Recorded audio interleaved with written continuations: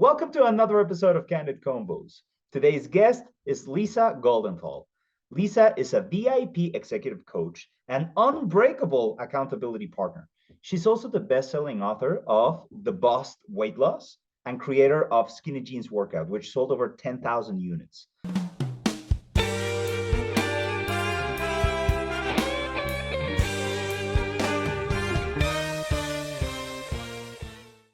So she is just a breath of fresh air in this podcast. And we're very happy to have her with us. You'll understand why in a couple of seconds. So Lisa, thank you very much for joining us. Thanks, Joe, for having me. This will be fun. Well, Lisa, I'd like to ask about the different aspects that you offer in your services and throughout your life. So let's start with the VIP executive coach. What can you tell us about that? Sure. Well, a lot of times I work with VIP executives who have already been very successful in many areas of their life, and somehow along the journey of building their career, building their family, they neglected their own self-leadership. And in my opinion, all leadership starts with self-leadership. So I'd like to help them achieve more work-life balance, more important than that, longevity, so that they can enjoy all the success they've worked so hard for. Mm-hmm. Yeah, I've noticed like for everybody that's new to Lisa, like you need to check out her social media. You actually got a very big following. Uh, I noticed that one of the main things that you focus in is in health and lifestyle. So Yes. how do you bring, because I believe those are intertwined. How do Yes. you bring that into the VIP executive coaching? Oh, thank you for that question. Well, to me, like I said, all leadership starts with self-leadership. So if you're spending all your time working and you don't have any work-life balance and you don't take care of yourself, you're not going to be there for the company you work so hard to build, the family you work so hard to build, and you're not really enjoying your life if you're not having that elusive work-life balance that we're all striving for. So it just depends on the client. You know, some people need to lose weight. Other people need to have work-life balance. And usually I sit down and find out individually what a client's needs are. Like, what is the gap between where they are and where they want to be? And it can't be exact same for everybody. And then I will hold them to that unbreakable accountability to do the things that they said they were going to do for the reasons that they said mattered. So it has to be, what do you want? Why do you want it? Why now? And then we can sit down and reverse engineer a plan. Mm-hmm. You know, I get that. And I want to jump into the accountability partner because I know that's such a strong figure to help you achieve goals. But in the Right. meantime, when it comes to goal setting, at least from my experience and for the people that I've been able to work with, um, once you start one of this, it's a big process. Like for someone that's never done something like that, to change your whole health, it changes your appearance, it changes the way you smell, the way you think, more importantly, the way you feel. And it's just like if there's a lot of fabric to cut out, like if you have a lot to work with a person, you can see so much progress in such little time, which keeps people very much motivated. So in your experience in the executive world, how much of a struggle is for someone to go from, I've never done anything in my life, but now I'm striving for something, like in real life? So is this a big struggle? Is this a big win? How's that work with you? Sure. Well, there's a lot of information and studies that have been done on the hard ROI of coaching. So executive coaching pays for itself within 6 to 8 months. And the people that you influence will absolutely notice. And I don't believe any goal or dream is too big. It's just sometimes the timeline is not realistic. Everyone always says you have to have a SMART goal and it has to be specific and measurable, attainable, and realistic.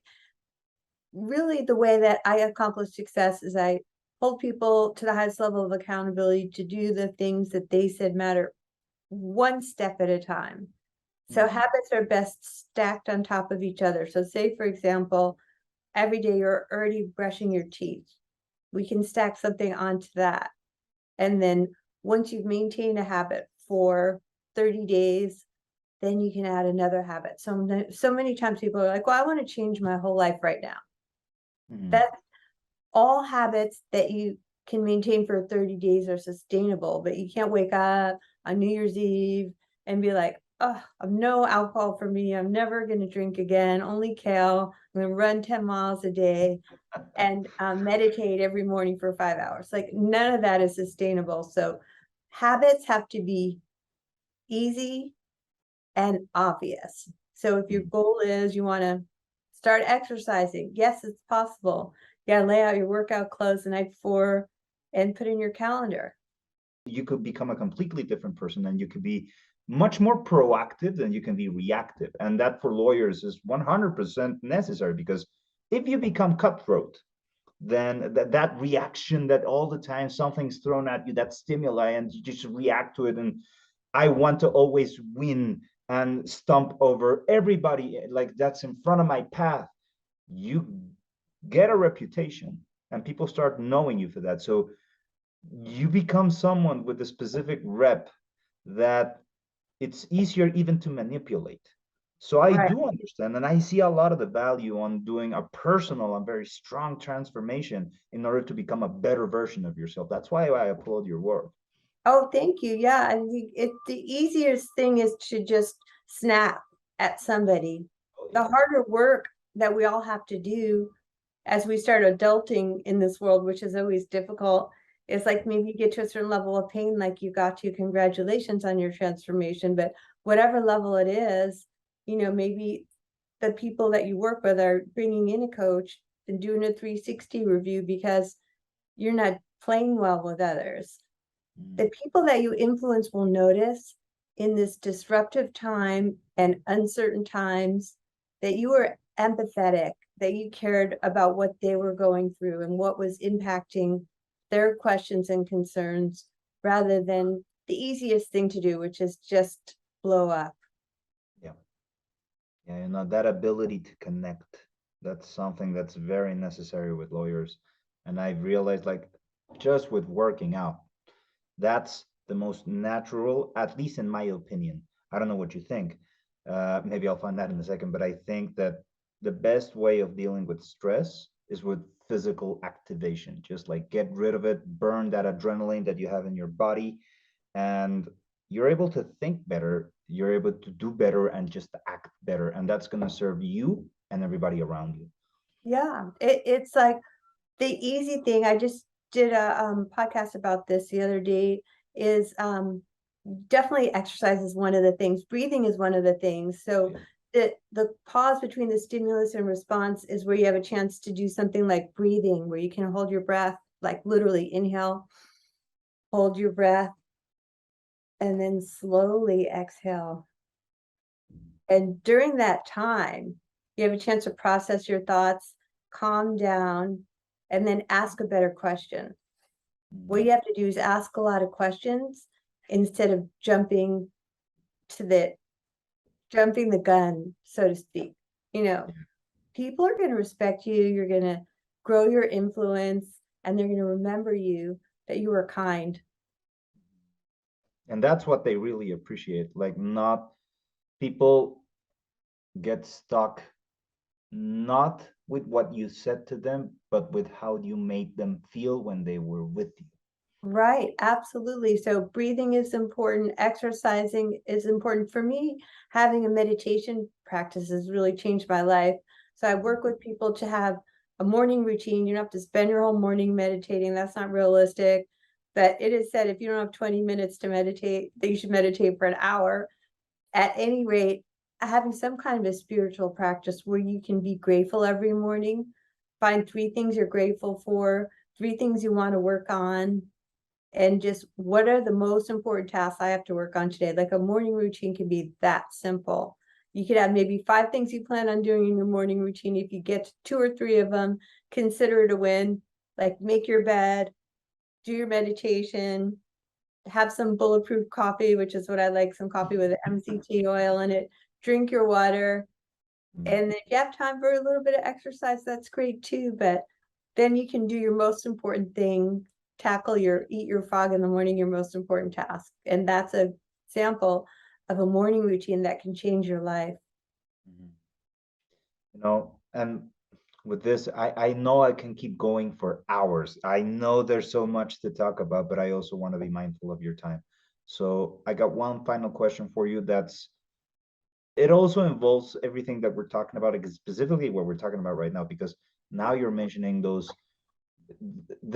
three things that will help you build a very strong and powerful routine, whether that becomes a ritual or not.